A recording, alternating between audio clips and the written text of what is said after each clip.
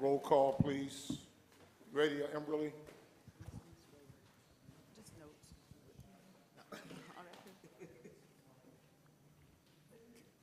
Ready, Mr. Chair? Roll call. Yeah, roll call. Sidney Calloway. Here. Keith Williams. Here. Jason Larsosa. Here. Dorian Tyus. Dr. Kafense Chike. Here. Dr. Jeffrey Robinson. Camille Collins. Bernard Parker. Dr. Gregory Hicks. Dr. Gloria House. Janice Hazel. Edith Ford. Here. Yolanda Jack. Mr. Chair, you do not have a quorum. Okay. Can we have a moment of silence? Pray to your God.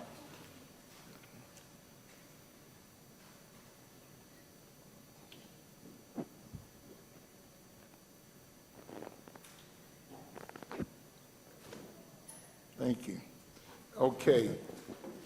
Thank you all for being here today as we come together to address an issue of profound importance, reparations for our community. In the spirit of courage, unity, and progress, we gather to engage meaningful dialogue and actions towards healing the wounds of the past and building a more just and equitable future. Your presence here is a testament to our shared commitment to justice and empowerment. Let us listen, learn, and collaborate as we embark on this journey together. Welcome to our reparations community meeting. Approval of the agenda. Okay, this is how I want the agenda. We just did the roll call, the approval of the agenda. We haven't did that. The approval of the minutes, appointment of Dr. Chike, the public comments, then announcements, then we're going to the subcommittee. Can I get a motion for approval? Mr. Chair, you do not have a quorum. So we don't have a quorum, so this is what we're going to do. We're going to go to public comments first. Let's go to public comments, then we're going to come back to the appointment of Dr. Chike. So if you want to speak, you got 2 minutes, and there's a timer. We'll time out the 2 minutes. Is there a mic? Yes, the mic. Okay. Right there.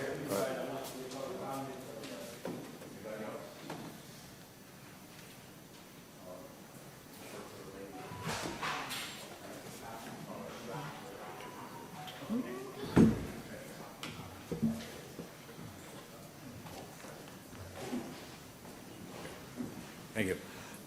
My name is Russ Ballant, co-organizer of Detroiters for Tax Justice, and I wish to reiterate previous statements about calling for examination of the tax capture and tax abatement policies, which I have characterized in the past as reverse reparations, money that they're taking from our property taxes that's supposed to go to schools, libraries, to education, WC3D, parks, and instead giving it to millionaires and billionaires who do not reside in this city.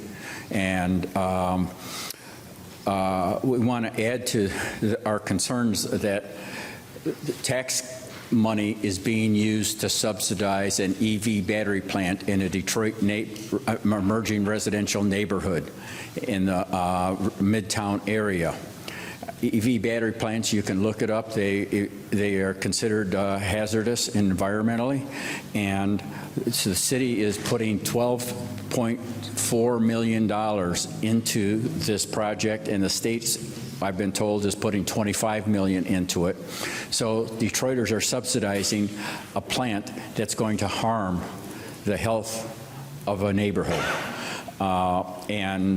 The city administration has decided that they're not going to hold any hearings. They're going to award this money, even though apparently this was approved for another property owner in the past. We need more diligence in stopping the wealth transfer of Detroiters to billionaires and billionaires who live out of the city and sometimes on the west coast of this city. We need to return the money to our educational and public service purposes for which it was intended and approved by the voters. Thank you. Hi, my name is Letitia Edwards. I'm a community advocate, also a Block Club president of the Rutland Wadsworth community. Since I've became a Block Club advocate, I feel like I've been retaliated against with the community. And also, I filed police complaints, and the process that they have us going through is strenuous, and we still not getting our complaints. They sending us through saying file the FOIA, and then saying file a Freedom of Act form, and then file an appeal, which I brung everything. I still haven't received a complaint. So it's a lot of things that's going on in the Coleman A. Young building on all those different floors that they have us running up and down to take care of probate court, whatever you need to take care of. They got us going to different rooms to different people that's giving us different stories, and we're never getting anything resolved, which is a 14th Amendment is being broken at that point. So I brought copies of everything that I have suffered, and since I've owned property, I probably own about 4 different properties in the city of Detroit. So, and I'm in the solar panel area where I feel I'm being retaliated against to be bullied out my community because they don't want to buy me out. So I'm asking that I'm going to give the paperwork to the proper people, and that notice be took in regards to my behalf of being a community advocate and having property and a citizen in the city of Detroit. Okay, thank you, Ms. Edwards. If I could have you connect with Ms. Blessman to your left so she can address a couple of your concerns, I appreciate it. Hello, my name is Raphael French. I'm a former superintendent. I have many complaints, but my biggest issue is education, and I feel like in the underserved communities is underserved. And I want to, I guess, speak to or bring up the guy had brought up where the money goes. And I know right now the governor is giving out millions of dollars into education, and I just wanted to figure out the right ecosystem to put it into. Because for the previous year, I was terminated. I went back to school, and in my experience in upskilling, the people that they're giving the money to train people like me or black people, they're giving it to other nationalities, and I feel like the money is going to waste and it could go back into our communities. But that's... Thank you. Could you state your name again? Raphael French. Thank you, Mr. French. Next.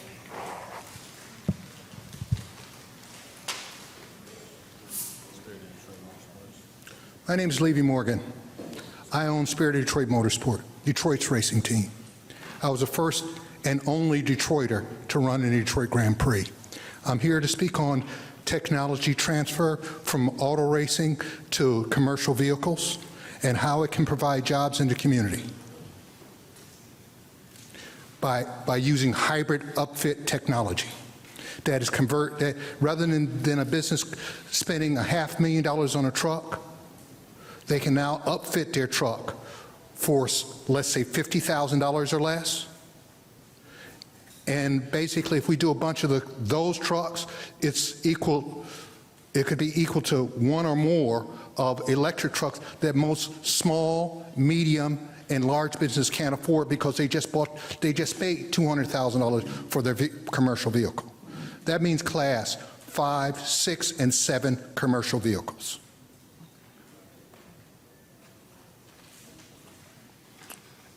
I'm an engineer by profession. I worked on the hybrid technology on my own for 10 years. I've got it perfected. All I need is funding. Can you state your name again for the record? Levy Bernard Morgan II. Sir, could you say the name of your company also? Spirit of Detroit Motorsport. Thank you. My uncle was Lester Morgan. Yes. My aunt was Jane Hale Morgan. My uncle was Joe Morgan. So, you know, I've been involved in politics. My family's been involved in politics in this city a long time. So I know which way is up. Mr. Chair, Yes. I would like to announce the presence of both Member Hazel and Member Jack. You now have a quorum. Okay. Okay, so we're going to get approval of the agenda. We're going to do, we already did the prayer, the roll call. Now we need the, this is like one is the roll call, two is the approval of the agenda, three appointments, approval of the minutes, appointment, the introduction of new member, Dr. Chike, and the public comments, we already did the public comments. And then we're going to do announcements and subcommittees. Mr. Chair, Yes. we still have public commenters online. Yes, Should you okay. desire to return to public comment? Yes, yeah, we can return to public comment. Okay, can we move approval of the agenda? So moved. Can I get a second? Second. All in favor? Aye. Okay, ayes have it. Okay, so next we're going to go to, we're going to introduce you to a new member of the task force, Dr. Chike. How you doing, sir? All right, hello. Well, just thank you for the appointment, and I'm looking forward to being an effective servant to the people of the city of Detroit. Thank you. Okay. Okay, so we're going to go to, and then we also want to acknowledge City Council member, Ms. Calloway.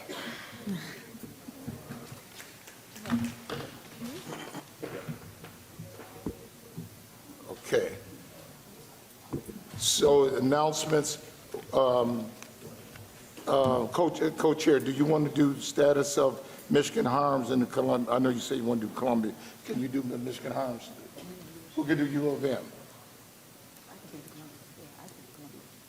Okay.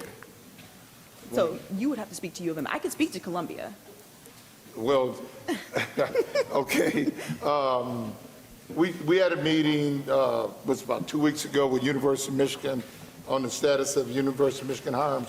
The harms is what the harms are, and the impact is what it comes from the harm. And so we have a relationship with University of Michigan to do the harms report, and there's areas of education, healthcare, public safety, economics. Those are the concentrations, the focal point of policing. Those are the focal point of their study and that. And so they told us that we will have the final report in June. The final report, and then after we get the final report, we're going to combine both reports, and then we're going to do the final report. So U of M has been with us from the start, and Columbia just came aboard in the earlier part of this year, and so both presentations have been impressive. So other than that, we look forward to doing the final report. Yes. Okay. So good afternoon, everyone. Sydney Calloway, co-chair of the Detroit Reparations Task Force. I'm really excited and proud to announce that we have received our completed report from Columbia University. It's about 71 pages, and I want to thank everybody that had the opportunity to join us for our town halls, all of you that came through and gave oral histories, provided testimony to inform that report because they could not have written it without you. They wanted to also extend their gratitude for the visit and the time that they had to spend with each and every one of you at those 3 locations.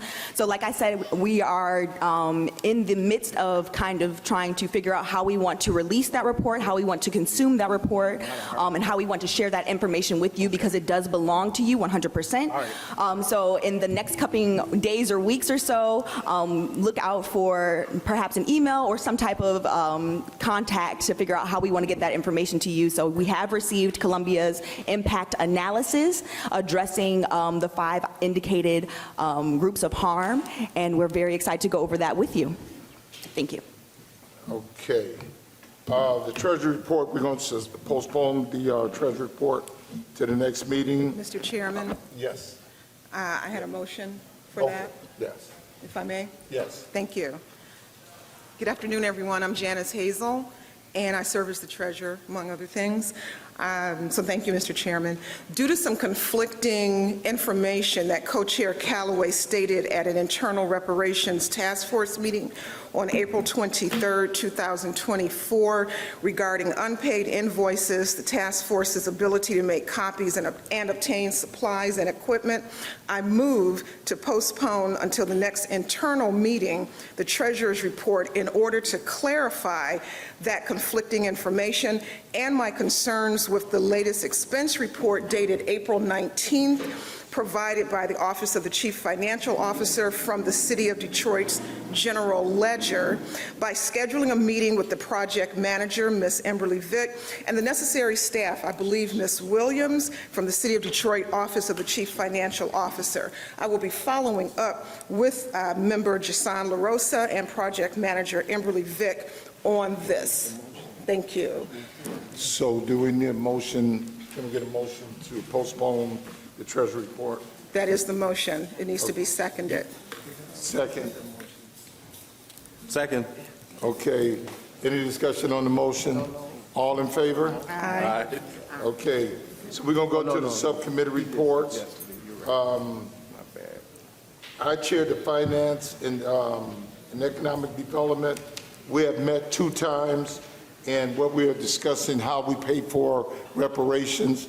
And some of the ideas that came out is the marijuana tax, as they used in Evanston, Illinois, a tax, certain tax or revenue from the from sports arenas, revenues and things like that. We also talk about land as part of it.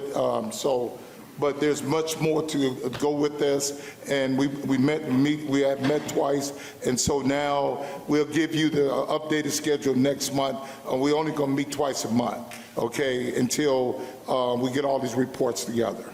Next committee. Any other committee? Oh, are you calling them out, please? Yes. We can go. My name is Jason Larsosa. I'm the current chair for Government and Policy Subcommittee. Currently, we meet on Saturdays at 10 o'clock, except for on the Saturdays where we have this public town hall. But just as a heads up, we do expect that schedule is going to change to accommodate the schedules both of task force members who want to participate and of people in the public who want to participate. In the meantime, a brief report is the focus of the Government and Policy Subcommittee is to look at ways that governance and policy can also be reparative. So when we think about reparations, we're really thinking about repairing harms that have been done historically, and to some extent that means potentially some kind of a direct transfer of cash. When we think about reparations overall, and when we're talking about it in terms of housing, people who have been inappropriately removed from their homes, how you can make those individuals whole. But when we talk about government and policy, we're trying to figure out what are the aggregate, overarching ways that the city of Detroit can govern that would be in itself reparative. So we've had a number of discussions and outlined several bullets that I'll just go through with you quickly. One of those buckets of repair on policy has been identified as Parks and Recreation. And we're talking about who has access to our parks and for what charge. And just as an example, when you go to some of the other parks that are close to waterfronts, if you don't have a municipal ID for those cities, then you can't access them, except on special holidays, unless you pay. But the city of Detroit, we kind of let everybody in, and oftentimes Detroiters get locked out. So we're talking about, is it possible to shift those policies around Parks and Recreation that make it mostly accessible to Detroiters, and people who want to enjoy our city from outside the city might have to pay. Another bucket that we've identified is the income tax structure. If you live in Detroit and you work in Detroit, you pay at least twice the amount of income taxes that people who live outside of Detroit but work in Detroit pay, which means that if you're a Detroiter in this largest majority black city, you're being penalized for working and living in Detroit. And we think that that should be flipped. So that's one of the areas that we're focusing on too. Something else we talked about is, let me back up a minute. There are some things that the city of Detroit has direct power to make changes. And then there are other areas where the city of Detroit does not have power but can make recommendations and take a stance. So we've identified policies around the water department, which could have been a strong income revenue generator for the city of Detroit and Detroit residents. When you think about differentiation and strategic business, I mean, we could have been bottling water, shipping it across the country. There's a whole other conversation that's being had about whether we had to, package it under GLEWA or whatever. We don't know what the city of Detroit's authority is, and we're not the legal minds, but we are talking about what if the water department was operated and we collected all of the revenues and decided, who got water from us and what the rates were. That's just a bucket of conversation. We're not the experts. We don't know where the pressure points are, but this is what we're talking about in the Subcommittee for Government and Policy. One of the biggest and I think important buckets of conversation that's coming out of it is a long-term steering committee and/or an Office of Reparations to both ensure that the recommendations from the final report are instituted, as well as to examine each of the City of Detroit's policies across all of its departments to ensure that those policies are equitable, and if not, to make recommendations on how to make them more equitable. That's Government and Policy report. Okay, any other committee reports? Board Member Hazel. Thank you, Mr. Chairman. Janice Hazel again, and I serve as the Vice Chair of the Housing and Land Subcommittee. Bernard Parker is the chair, and he is out of town this weekend and next week, so I'll give the report on his behalf. We are joined by Member Edith Ford, who's also a member of the Housing and Land Committee Subcommittee, and Anika Goss-Foster, who is our citizen member. She is the President and CEO of Detroit's Future City. Along with, we are joined with members of University of Michigan's Poverty Solutions and Social Solutions professors at University of Michigan. The Housing and Land Subcommittee focus areas are not limited to segregation in housing. These are past historical harms, property overtaxation, historic redlining and continuing effects of historic and present displacement by race, the history of public and subsidized housing, racialized resistance that turned into violence against Black residents, the City of Detroit master plan policies, gentrification and neighborhood planning, vacant land policies. So we would love for you to join us. We have been meeting on Monday evenings by Zoom at 5:30 p.m. to 6:30 p.m. We are in the recommendation phase, so we'd love for you to start providing us with your recommendations of what reparations could or would look like. Right now, we are looking at stopping foreclosures for African Americans, reducing 20% for 5 years to equal overtaxation by the city. We are told by the mayor and the Corporation Council that the city cannot reimburse those residents who were overassessed between 2006 and 2016. I know my property based on the City of Detroit's analytics, and I can show you how to go and put your property address in. The Detroit News did, back in 2020, 173 properties. Mine was overassessed by $5,404, and I'm sure that many of yours were also. But we are told that due to the state constitution, the city cannot reimburse residents of that money in any way, not by tax credits or cash payments. So we're looking at how we can do something in that area, providing mortgage down payments for African Americans, infrastructure repairs to African Americans, such as our sewer lines. Some of our communities, like mine, Aviation Subdivision, and Virginia Park, did get some funds from the American Rescue Plan to get backflow valves, but there's a lot because our infrastructure is very old. Some of it is 100 years old. I know my house is 70 years old. I know that many of your homes are at least that old or older, so your infrastructure underground is much older. So those are some of the things we're looking at. The impact of urban renewal and housing and the impacts from I-375 back when that started and even now. So please join us in the Housing and Land Subcommittee.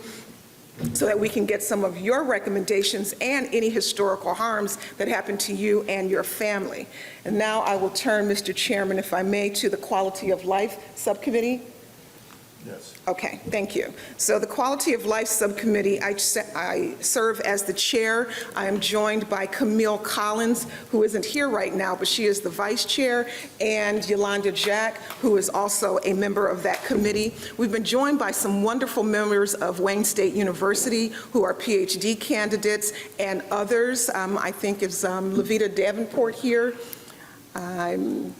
I don't see her, but we've been joined by other citizens who've had some great recommendations. We are exploring, under the quality of life, health issues, everything related to health, as well as urban agriculture, mass transit, and how was the city of Detroit culpable in mass transit or the lack thereof.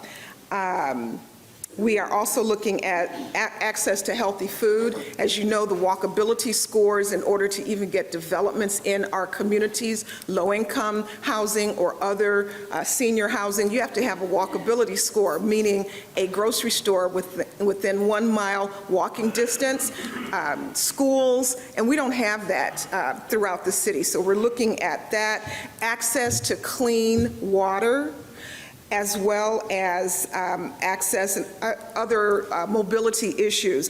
So over-policing the criminal justice system. I see my former police commissioner, Mr. Bill Davis, who has firsthand knowledge of being victimized by stress back in the 70s and the big four, so we're going to talk about that. So we'd love for you to join us. The subcommittee on quality of life meets by Zoom on Wednesdays. We have been meeting every Wednesday, but we're going to cut that back to probably twice a month, and that will be on our website. If you take a look there, what the dates are. So it might be the first and the third, or the second and the third. We're working that out. But I would love for you to join us, because we want to hear from you on what your quality of life issues are historically, how you've been impacted by city policies or no policies, and moving forward. Thank you. So we'll go back to Board Member Larsosa. This is Jason Larsosa speaking. Additional updates from the Subcommittee on Government and Policy. Edith, were you going to speak to some of them too? I can. Some additional things that he did not add, we would like to put in our final report a recommendation to start a steering committee to look at all of the city policies and ordinances to make sure they're equitable. One of the concerns that we have a lot of environmental problems, especially around where Black people live. And our city is the only city that doesn't have a truck ordinance. So, you know, you got trucks emitting toxins into the air, and we live around a lot of plants where they allow them to emit a lot of toxins, and also more policies on environmental issues in our communities.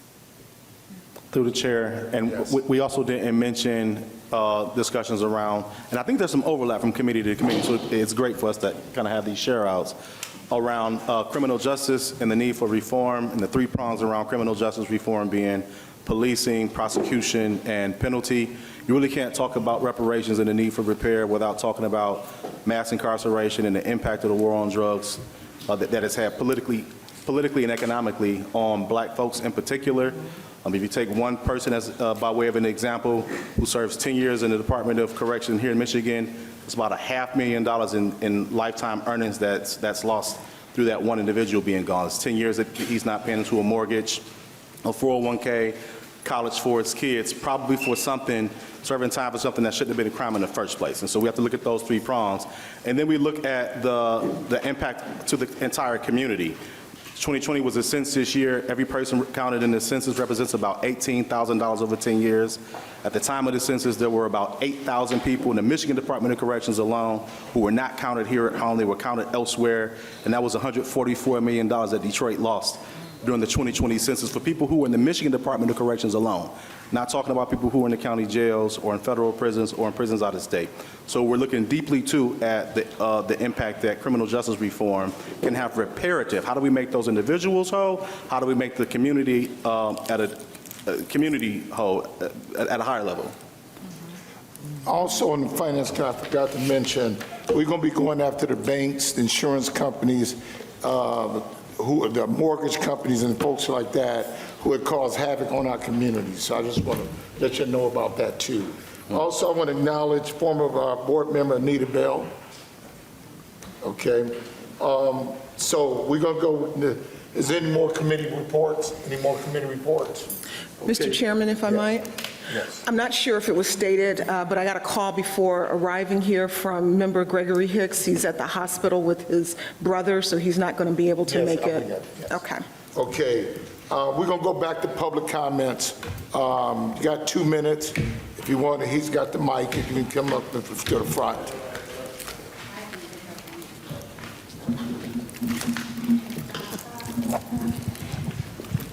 Jumbo. What up, though? What up, My name is Tahira Ahmed. I'm with the Coalition for Property Tax Justice, with Reparations, with Reverend Dr. Joanne Watson. She's, God rest her soul and bless her soul for helping us. I'd like to have you all tell her 20-point plan whenever you can. But 2 things that interest me. City Council member Scott Benson is under FBI investigation now, going for the 2nd year again. Coleman and Durhall ran up to Lansing to lobby for the land value tax. The land value tax is another ripoff and a theft, and it's illegal.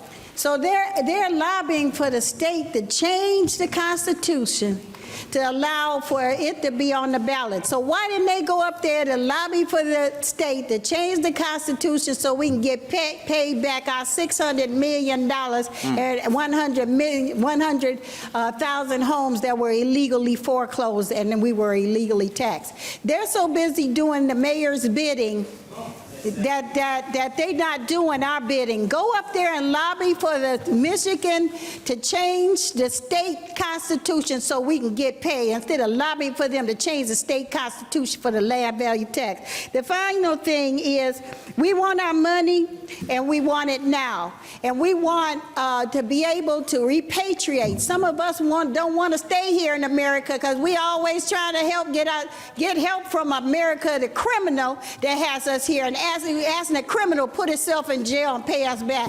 We want our money so in case we want to figure out if we want to go back to Ghana and buy us a house and live peacefully and happily ever after, and we want money to study where we may want to go. Maybe some of us may want to go somewhere else, and we want that money to go to the people, the That's indigenous time, Mr. people, Chair.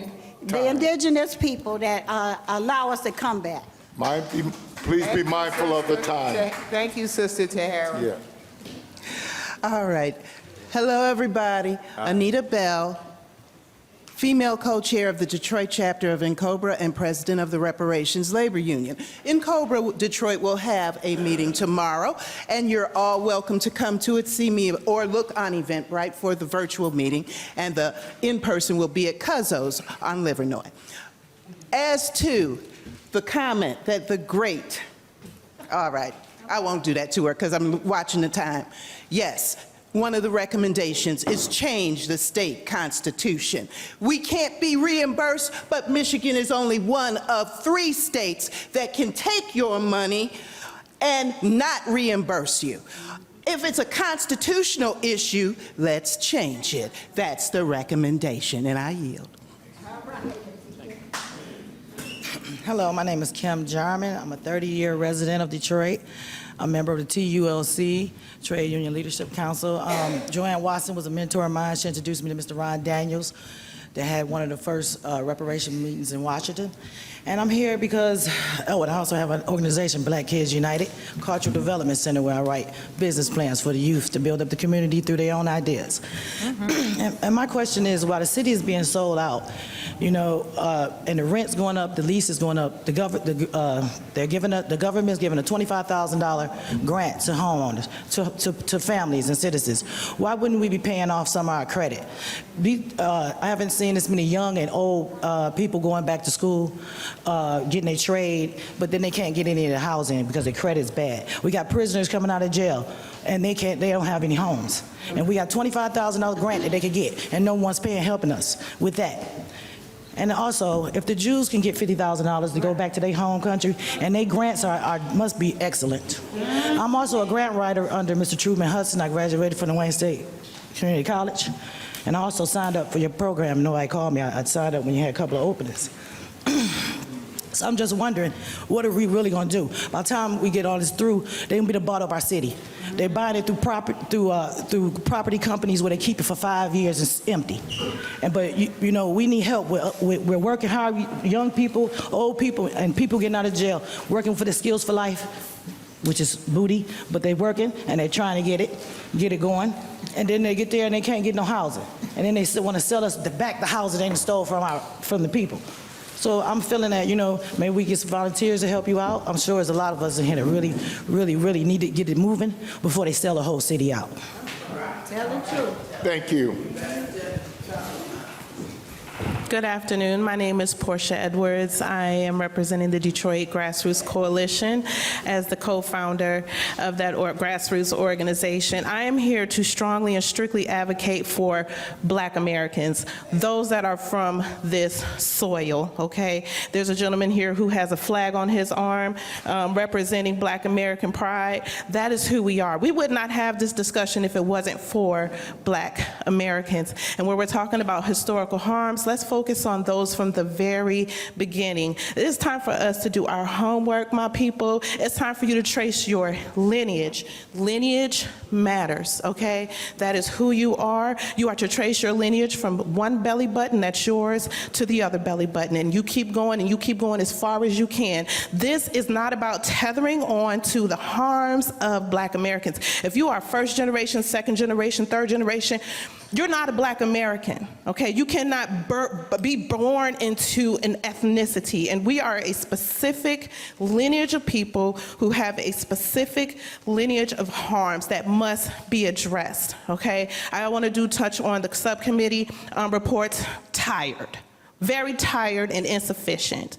I've been absent. I've been traveling, visiting family and things of that nature, but to come back after 2 months and to hear that y'all have not done anything, it's just sad and pitiful. But I'm looking forward to the harms report that's coming from Columbia as well as University of Michigan. Let's not negate the harms that they themselves have also imposed on Black Americans as well. So we need to make sure that we are not tethering on other people to our harms. And we're talking about things that we're dealing with in present day. Think about if somebody else can tether in and say, yeah, I'm dealing with the same thing. Think about it, okay? This is about Black Americans and Black Americans only. Again, I'm representing the Detroit Grassroots Coalition. Please do get in contact. We are here to apply pressure on these members. Janice, you have been late multiple times to meetings, and so I'm paying attention to you as well. Chair. Thank you. Next. I don't need 2 minutes, but I was intrigued by the discussion about regaining control of the water and sewerage department. I'm sure that means trying to change the ruling, overdoing the ruling in the bankruptcy proceedings and so forth. But this has been a long fight ever since the city bowed to pressure to expand into the suburbs. The suburbs felt that they should take control. Going back to 1970 when the communities outside of Detroit came together and put money into a campaign to take DWSD, and they failed time and time again. In the 90s, every 2 years, bills was introduced to take the water and sewage department from Detroit. And they all failed. Finally, a federal judge told them, if you take it, it's all unconstitutional. I'll rule against you. And so they shut their mouths and started trying to build alternative systems, hence the Carignan Water Authority and the Flint water crisis as one example. So I think right now, from when I've been out talking to folks in the legislation for affordable water, suburbanites are complaining now louder than they ever have about the water rates. Yeah, and their folks are part of that. And so they used to believe Detroit was ripping them off, but Detroit was always saying, it's your city that's marking it up at the local level. I think there's probably more room politically to take control back because we still own the entire system. We just don't have the rights of ownership. And anything you're interested in doing, I'm interested in joining with you on that fight. I hope you come join us on our committee. Hold on, folks, we have to be mindful, 2 minutes, because we want to do the breakout sessions, so we're giving you 2 minutes. This is real quick. My name is David Piper. I'm a Detroit resident. I'm a proud Black American. I'm indigenous to this soil. And one thing that I have, this is my first reparations task force. I have listened to a Lift All program, but I have yet to hear anything about cash payment reparations for the old money, for the descendants of the slaves. This is what I want to hear. This is all I'm about. I'm about Black first. So I'm hearing Lift All for everybody else, but I'm not hearing anything for us and about us. Thank you. Mr. Chairman, Yes. Mr. Chairman? Yes. May I, for the gentleman that just spoke, please know that we are Municipal Detroit Reparations. I invite you to get involved with the national organizations that are answering the question that you raised, federal reparations. H.R. 40 has been in Congress for 35 years since I helped to write it back in 1989. So those questions that you are raising are federal reparations. So I invite you to look into the federal manners. It's not going to be answered by Detroit's municipal reparations. Thank you, Mr. Chairman. Yes. No, ma'am. Okay, next. My name is Sanford Miles. I'm an executive producer of Detroit Raw Live. That's from ventradio.net. I would invite each and every one of you on my show Thursdays at 7 p.m. on YouTube, Detroit Raw Live. I invite you to come tell our world, tell our community what y'all really doing. I'm hearing her talking about federal. In 1619, was it a federal law that slavery happened? I mean, were we just going to state to state to state laws? The South is the haven of slavery. And we sit back and act as if, well, the Ukraine and these people over here, and we can send millions. What about Haiti? Have you heard anything about Haiti lately, ladies and gentlemen? What is the status of Haiti that's in chaos?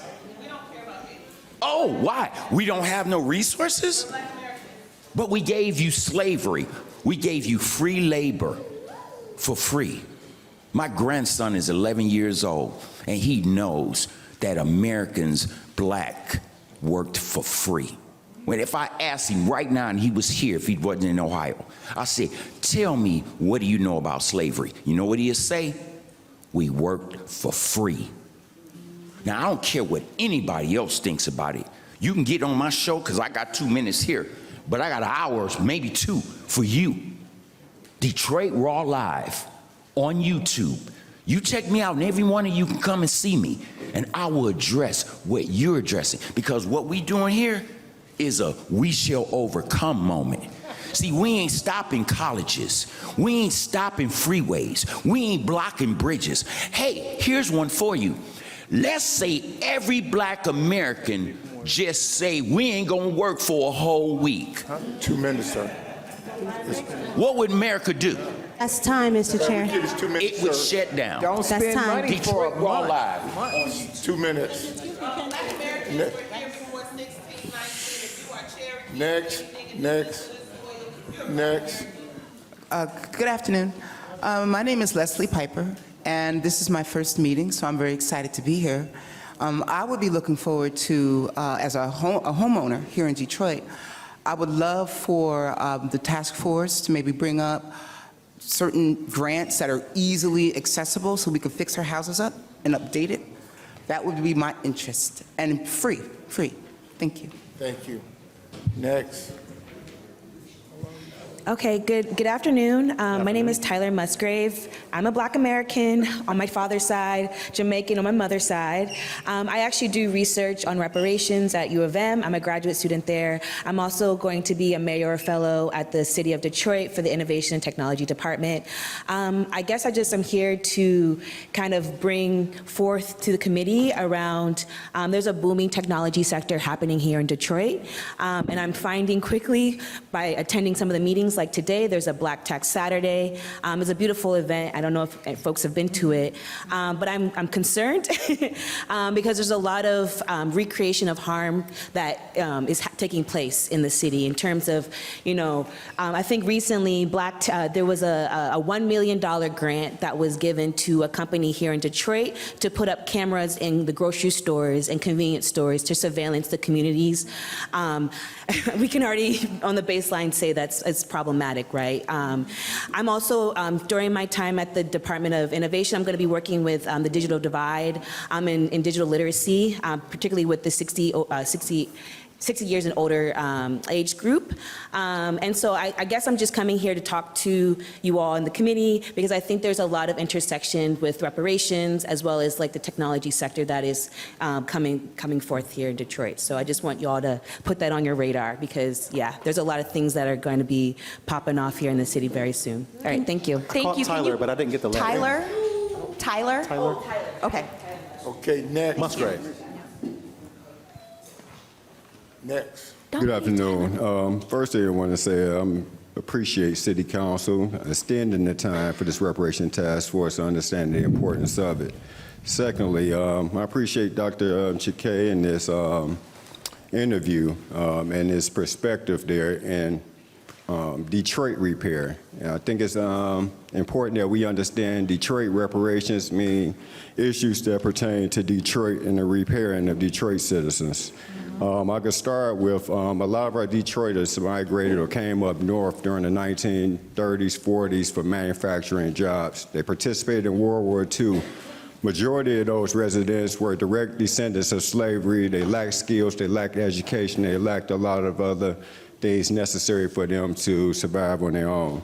In the 1960s, we had a riot here that was in response to unequal housing, unequal opportunities, unequal job opportunities, lack of education. Once the auto industry left, a lot of our citizens that lacked those skills and trades did not have the means to continue on and go on. And the government's response to the man's rage and outrage of inequality here was social services. So social services came in. In order for social services to be applied to families, the men could not be in the household. There could be no resemblance of a man in the household, and those policies still exist today. That's where the damages began and the destruction of families here. And as we continue to move forward, as the lady there spoke on House bills and policies that have been in place for 30, 40 years, more importantly, in 1967, President Lyndon Johnson commissioned a commission here that spoke specifically to the conditions here. It's called the Kerner Report. I think we need to start with the Kerner Report. It outlines a lot of the damages that was done, as well as a lot of the recommendations that was done to repair Black citizens here and citizens within the city. I have a lot more to say, but I appreciate you all listening. Thank you. What's your name again, brother? Right, your name? Mr. Foster, Ronald Foster. Ronald Foster. Thank you. Thank you. Folks, I just want to say this. We only here to make recommendations after we do our report. That's what the language said, to make recommendations on housing and economic development. I just want to say that. Next. Announcement for the organization and for the people. My name is Livonia, and I'm the president of the Metropolitan. Thank you very much. Metropolitan Congress of Black Women. I just want to share information with everyone here. I have been asked, and really blessed to be asked, to be a part of the Congressional Black Caucus event and conference that's going to take place September the 11th, 12th, 13th, and 14th in Washington, D.C. That's where the Congressman John Conyers really spearheaded his whole piece in terms of reparations. They're having a national meeting, and they've asked my organization to be a part of that. I'm saying to them that we should be a part of that discussion. So I would never go by myself without you. So I'm saying to anyone who wants to go to Washington, D.C., there is going to be a reparations national discussion, not only with the Congressional Black Caucus, but California, which has one of the most outstanding results, conversations, and outlines that I've read. Haven't read it all, not even the 770 pages, but it is a template that we are working on. And the Congress of Black Women, founded by Shirley Chisholm, one of our line items is reparations. So we're here to support what you do, how you do it, and provide information. Once again, Congressional Black Caucus, one of the founding members was John Conyers, the writer and the initiator, John Conyers of H.R. 40. He and, what's her name? Sheila Jackson Lee now. They're having a update this year in Washington. You're all invited. Livonia, can you please make sure you get those details to Evan? The 12th, September the 12th. I'll make sure I collect the details. Yeah, and Evan and others will give you all the information. They will make sure you have it. Hi, I'm Alicia Jones, and I'm the CEO of Harmony Point Information Technology Center. And as you talk about reparations, I want to make you aware of data. Forbes magazine and the Brookings Institute says that by 2035, between 2035 and 2050, the per capita income for African Americans will be zero in this energy age. Look it up. Per capita income for African Americans between 2035 and 2050. Why we're talking about them going back to the slave era and giving us the 40 acres and a mule and making sure we get reparations. They're planning on taking us back to the slave era. There is no more time for discussion. If there's a working model, follow it. But right now, I'm saying to you, if a 4-year-old, by the time that 4-year-old turns 18, that data will be real. Now, if you've not heard about it, it was released in 2017. It's a social construct. We need to come together. I believe, Livonia, what she's saying is absolutely accurate. We need to get on one accord. And so I'm here to invite you to Blackanaw, if you're not familiar with that. It's an annual event where Black people come together on Pingree Street. Blackanaw will be held on May the 25th. It is important for us to come together and get on one accord. And that's what I'm saying. They're trying to take us back to the slave era. If you didn't know it and they didn't tell you, it's a social construct for us to become slaves again. Forbes wouldn't report anything that's not accurate. Look it up. Okay. We need to get on one accord. Thank you. Okay. Thank you. 2 minutes. We're trying to move the scene forward, and because we want to get to the breakout session. Mr. Chair. Thank you, Keith. We're managing the time, Mr. Chair. Yeah. Okay, next, my friend. Hello, everyone. My name is William M. Davis. And, we need to be looking at a number of things, a number of directions. Of course, there's historical things that, that white people have done to us, city government, state government, county government have done to us. But also, like I said, we need to look at more recently. Like, I'm a City of Detroit retiree. And, during the fake bankruptcy, where we had that racist Rick Snyder that came in to decimate the city of Detroit. Not only was my pension cut, but the city of Detroit lost control over the Detroit water and sewage, lost control of our art, lost control of Belle Isle. I think one of the things we also need to be pushing for is to make sure some of our so-called Democrats do something about the emergency management law. They come in, for the white Democrats, they get rid of, they repealed the right to work, but they still have not done anything with emergency management. We need to make sure that we get a fair, equitable return on the lease agreements with the Detroit Water and Sewage.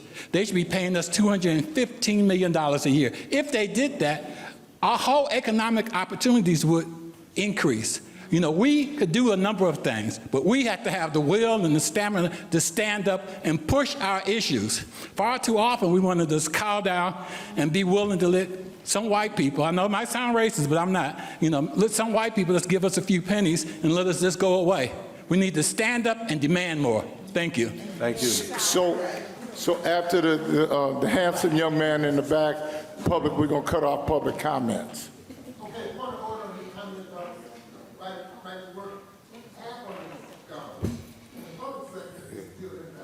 Okay. Yes. Good afternoon. I wanted to dispel some misinformation that was spoken from some of our commenters.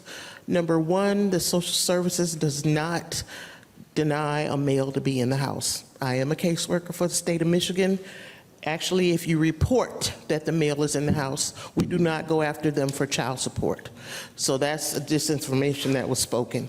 Secondly, there is no credit required homeowner loans through Bank of America. The NAACP sued them for not giving mortgages to blacks. It's called the Community Home Solutions. You do not need a credit score, and you do not need a new down payment. So you don't need that $25,000. You can apply directly through Bank of America. They're doing it in 6 cities across the country: LA, Detroit, I believe it's Charlotte, Philadelphia, and 6 cities, but Detroit is one of them.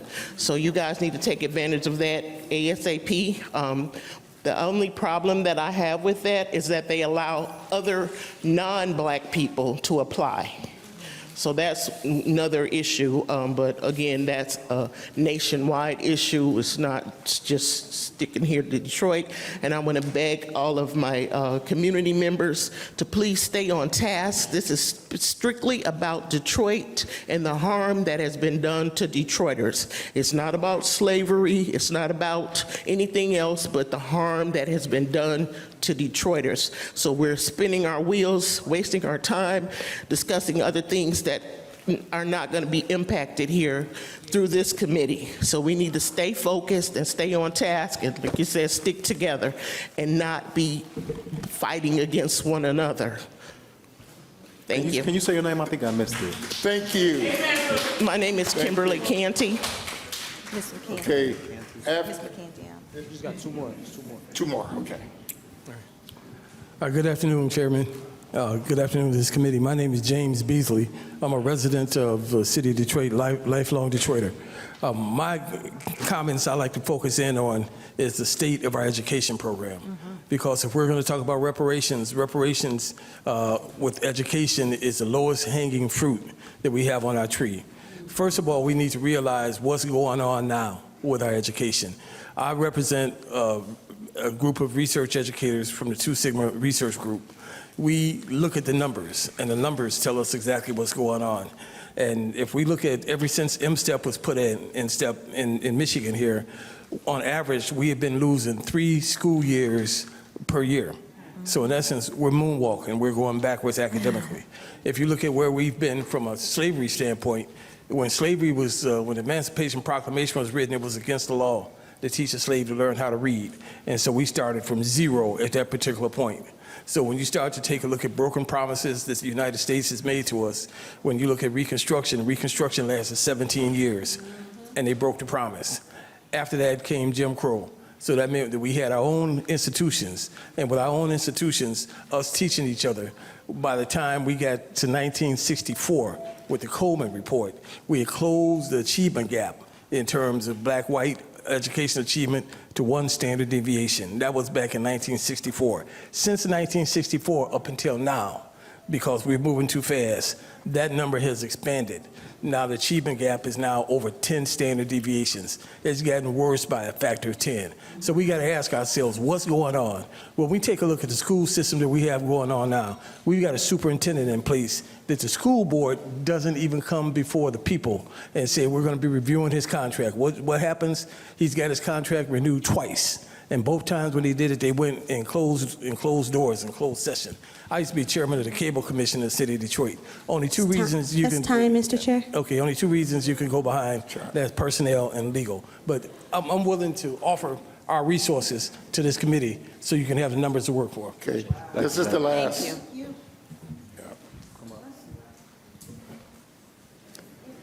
Good afternoon, I'm Gene Cunningham. 20 years ago, I was director, facilitator for Detroit City Council's task force on global trade. We were charged with implementing E4.1, the economic program for global trade with Africa, Asia, Latin America, and the Caribbean in the empowerment zone. That program was never funded. That program was never implemented. It was supposed to create, as I said, 50 new import-export businesses inside the city of Detroit and between 15 and 20,000 jobs. On the continent of Africa today, there are over 250,000 Chinese working and more than 250,000 in China making goods and services for African countries. My proposal is we revisit that program and implement it fully. It's in the HUD document known as Jumpstarting the Motor City 94-95, which should be in most public libraries and is a part of the City Council record. I'm proposing that we take the Renaissance building, which is soon to be empty, which has hundreds of thousands of square feet, cubic inches of business, Class A business space. I'm proposing that each and every African country and every country in the Caribbean have a trade mission in those offices, and that those offices be used to reconnect us with Africa and the Caribbean, the very area that was the North Atlantic slave trade that built capitalism, not just in this country, but the world. This would allow us not only to capture state and federal monies, but also funding sources in other parts of the world through direct foreign investment in the city of Detroit for our people.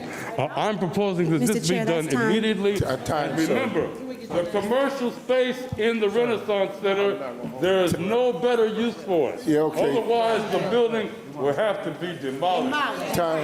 Time, son. So we have, okay, Emberly.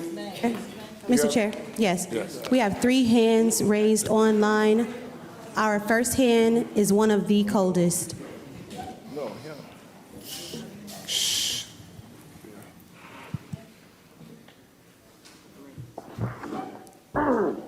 Can everybody in that room hear me clearly? Yes. Can you hear me clearly? We can hear Yes, we can. No distortion, okay. The Department of Elections has been cold busted, committing international absentee ballot voter fraud in the 2024 presidential primary election from 12842 Sussex Street. Now, I've heard everybody talk, and I want everybody to hear me clearly. Everybody in that room, it's no longer a matter of what was done. It was absentee ballot fraud. It's no longer a question of where it was done. It was the Detroit Department of Elections. No longer a question of why it was done, to cheat in the elections. And how it was done was data entry into the computer database, the city's database. There is a person who entered bogus information into the city database, and now the question is who did it? Everybody in that room hear me clearly. It's one question. Now you can argue and talk about all the symptoms of what's going on in Detroit, what's bad, what's this, what's good. It's one question now, who did it? Who put the information into the city's database? That's going to be the straw that breaks the camel's back.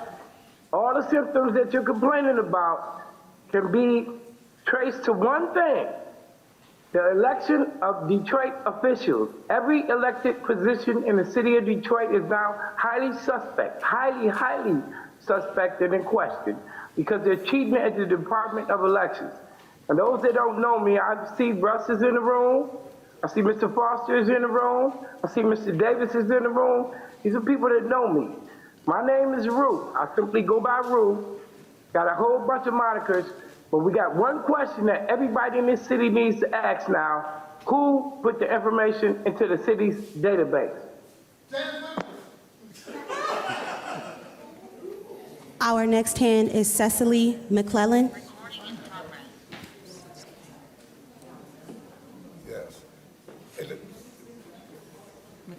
Thank you very much for allowing me to speak. One thing I'd just like to reiterate, it may be helpful that the task force would reiterate the language that's stated on the original reparations when it was voted upon, that it defines that this reparation is basically municipal and that it will cover primarily in the area of housing and economic development. And I recognize economic development is a very large area and needs further development. I also think the task force needs to provide structure and outline to the citizens so it would be helpful so we would know how to submit our recommendations. You know, October is the preliminary deadline for this report to be generated. There has to be some period in which recommendations have to end and a report will be generated. I would like to just piggyback on what Mr. Davis had spoke about in terms of the municipal bankruptcy and the great harm that was done to the retirees, who in essence were the backing of the bankruptcy and lost over $5 billion. And many of those retirees are still suffering, and it is immediate and action that can be taken through this committee that could restore and make our seniors, our elders who work for the city, many for 30 years, to be restored and be made whole. And while the city is enjoying this rebirth of newcomers, the folks that made it possible need to be compensated. Further, it can't be said enough in terms of the GLIWA agreement. That is a very unfair, devastating agreement through the bankruptcy. $50 million a year, which Detroit pays 17 million, so it's only 33. It needs to be renegotiated, and Detroiters need to be compensated for a water system. That's time, Mr. Chair. Time. Next. Our final hand is Norrell Hemphill.